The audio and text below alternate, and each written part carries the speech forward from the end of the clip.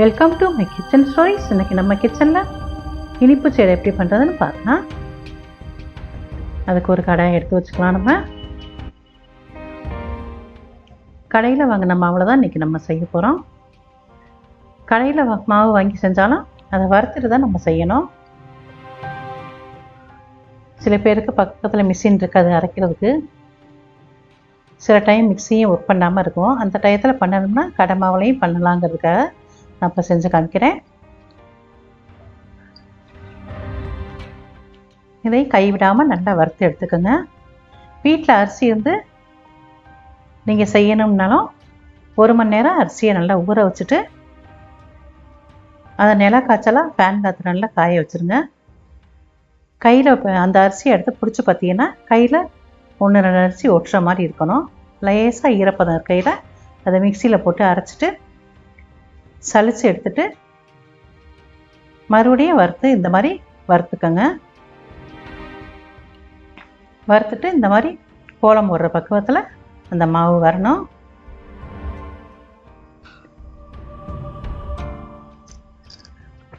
அந்த பக்கம் வீடியோவில் தெரியல, அதனால் இந்த பக்கம் போட்டு காமிச்சிருக்கேன்.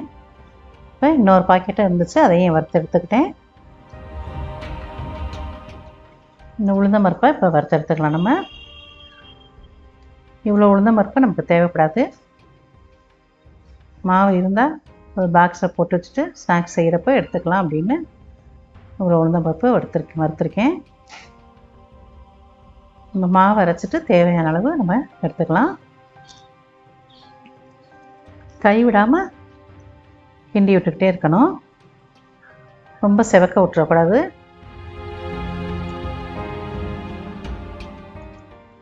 லைட்டாக அந்த நிறம் மாறி வரும். இந்த உளுந்து வாசனை வந்தவுடனே எடுத்து வேறு தட்டில் எடுத்து கொட்டி ஆற வச்சுக்கலாம்.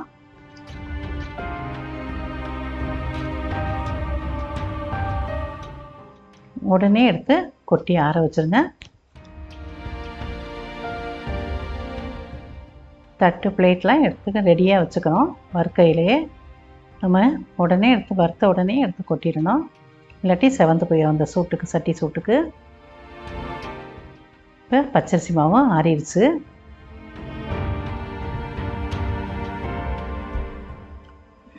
உளுந்து நல்லா ஆறட்டும். இது ஆறுறதுக்குள்ளே நம்ம இந்த பச்சரிசி மாவை வறுத்து வச்சுருக்க மாவை நம்ம சலித்து எடுத்துக்கலாம்.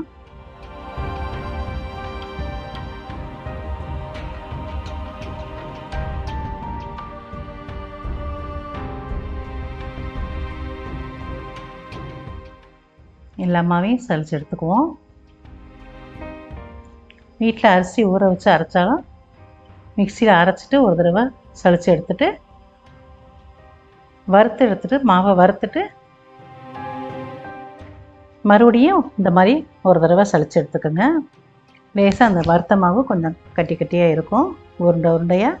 அதை நல்லா உடச்சி விட்டுட்டு அதையும் சலித்து விட்டுக்கோங்க. ஒரு பிசுறு இல்லாமல், ஒரு தூசி இல்லாமல் இருக்கணுங்கிறதுக்காக தான் நம்ம சலிக்கிறோம். இந்த பிசுரெல்லாம் இருந்துச்சுனாக்கா வெடிக்கும் சீடை. அதுக்காக தான் ஒரு தடவைக்கு 2 தடவை கூட சலிச்சுக்கோங்க. இப்போ உளுந்து ஆறிடுச்சு. நம்ம இதை அரைச்சிட்டு வந்துக்கலாம். அரைச்சிட்டு வந்தாச்சு. நல்லா நைஸாக பவுடர் மாதிரி அரைச்சாச்சு. இதையும் நம்ம சலித்து எடுத்துக்கணும்.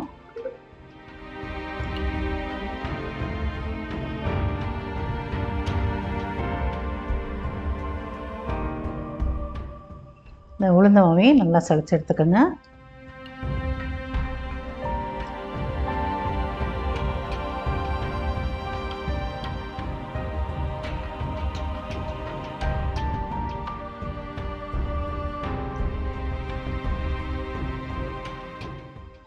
இப்போ நம்ம மாவை பிணைஞ்சிக்கலாம். நான் இதில் 2 கப்பு போடுறேன். இப்போ மிச்ச மாவை நம்ம கொட்டி வச்சுக்குவோம். வேறு எப்போயாவது நம்ம ஸ்நாக்ஸ் செய்யலை, அதை எடுத்துக்கலாம். இதில் 2 கப்பு மாவு போட்டிருக்கோம். அதனால் 1.5 கப்பு வெல்லம் நுணுக்கி போட்டுக்கலாம். 1 கப்புக்கு 3/4 கப்பு அளவு எடுத்துக்கலாம். 2 கப்பு போட்டிருக்கனால இப்போ 1.5 கப்பு வெல்லம் போட்டிருக்கேன். அந்த கப்பில் அது பெரிய கப்பில் மாவு அளந்து போட்டோம். இது சின்ன கப்பில் 1 கப்பு தண்ணி ஊற்றிருக்கேன். நீங்கள் மாவு அளந்து போட்ட கப்புனாலேயே தண்ணி ஊற்றினீங்கன்னா அதில் 1/4 கப்பு தண்ணி ஊற்றிக்கோங்க. எவ்வளோ மாவு அளக்குறீங்க, எவ்வளோ வெல்லம் ஆக்குறீங்களோ அதில் 1/4 கப்பு தண்ணி ஊற்றிக்கோங்க. இல்லைன்னா அந்த வெல்லம் மூழ்கிற அளவுக்கு தண்ணி ஊற்றிக்கிட்டு பாகு காய்ச்சிக்கோங்க. பாகு ரொம்ப பிசு பிசுன்னு வர வேண்டியதில்லை. நம்ம உளுந்த மாவு இப்போ 2 ஸ்பூன் போட்டிருக்கேன். 2 கப்பு பச்சரிசி மாவு, 2 ஸ்பூன் அளவு உளுந்த மாவு போட்டிருக்கேன்.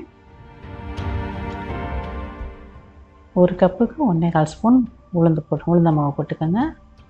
இப்போ 2 கப்பு போட்டுக்கிறதுனால 2 ஸ்பூன் உளுந்த மாவு போட்டிருக்கேன். 1/2 ஸ்பூன் அளவு ஏலக்காய் தூள் போட்டிருக்கேன். இந்த பிசுபிசுப்பு தன்மை வந்தால் போதும். கம்பி பதம்லாம் வர வேண்டியது. இதில்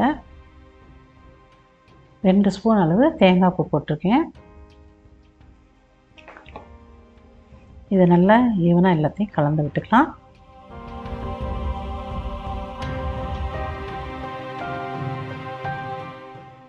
இப்போ காய்ச்சின பாகு ஊற்றி கிளறி விட்டுட்டு, இப்போ சூடோடு ஊற்றுறதுனால நம்ம கையால் பிணைய முடியாது. அதனால் கரண்டியாலேயே கிளறி விட்டுக்கலாம்.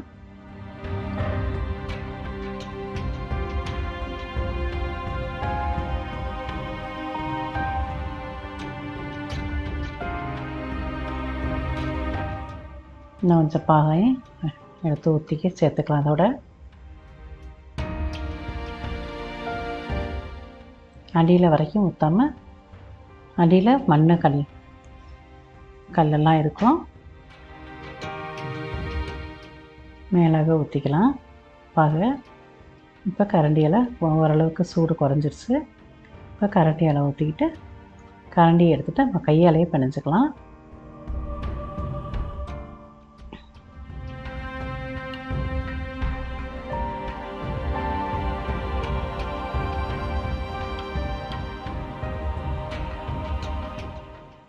இதோட 1.5 ஸ்பூன் அளவு நெய் சேர்த்துக்குவோம்.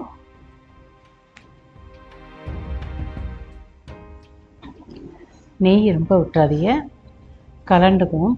சீடை போட்டோம்னா தனித்தனியாக பிரிஞ்சு வந்துடும். நெய் ரொம்ப சேர்த்தோம்னா 1.5 ஸ்பூன் அளவு நெய் ஊற்றினா போதும். 1 கப்புங்கிறது 200 கிராம் அளவு இருக்கும் மாவு. நீங்கள் டம்ளரில் போட்டிங்கன்னா உங்கள் எதில் மாவு அளந்து போட்டிங்கன்னா அந்த கப்பால் நீங்கள் அளவு கணக்கு பண்ணி போட்டுக்கோங்க. எல்லாமே நல்லா பிணைஞ்சாச்சு. இந்த மாவு கொஞ்சம் சூடு ஆடுற வரைக்கும் கொஞ்சம் வச்சுருந்துட்டு அப்புறமா நம்ம சீடை உருட்டி எண்ணெயில் போட்டு எடுத்துக்கலாம். சூடு ஆறி வந்துருச்சு. இப்போ உருட்டி ஒரு கோழிகுண்டு சைஸுக்கு, பெரிய கோழிகுண்டு சைஸுக்கு உருட்டி வச்சுக்கோங்க எல்லாத்தையும்.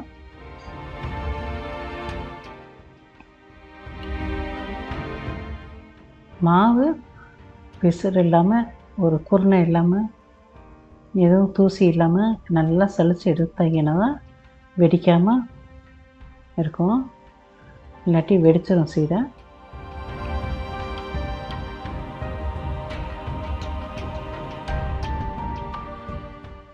இந்த மாதிரி எல்லாத்தையும் உருட்டி எடுத்துக்கலாம். எடுத்துகிட்டு இப்போ எண்ணெயை காய வச்சுட்டு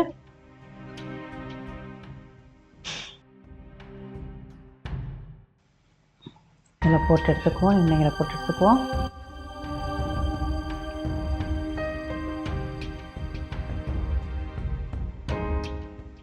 நீங்கள் கார சீடை போட்டால் தான் நிறைய போடணும்.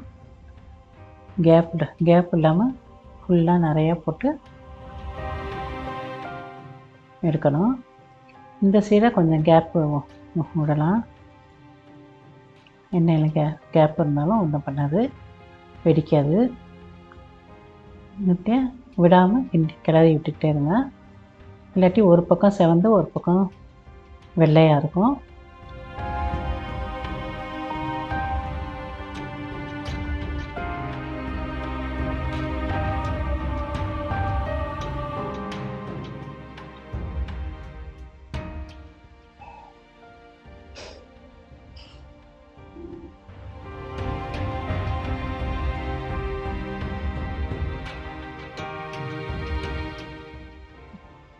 சீடைக்காய் சிம்மில் வச்சு நீங்கள் போடுங்க. இந்த ஸ்டவ் சரியாக எரியாததுனால நான் கையிலவே வச்சுருக்கேன். ஹை ஃப்ளேமில் வச்சிங்கன்னா வெளியில் வந்து வெந்திருக்கும், செவந்து வந்துடும், உள்ளுக்குள்ளே வேகாமல் அப்படியே இருக்கும். சீடையெல்லாம் சிம்மில் வச்சு தான் போடணும்.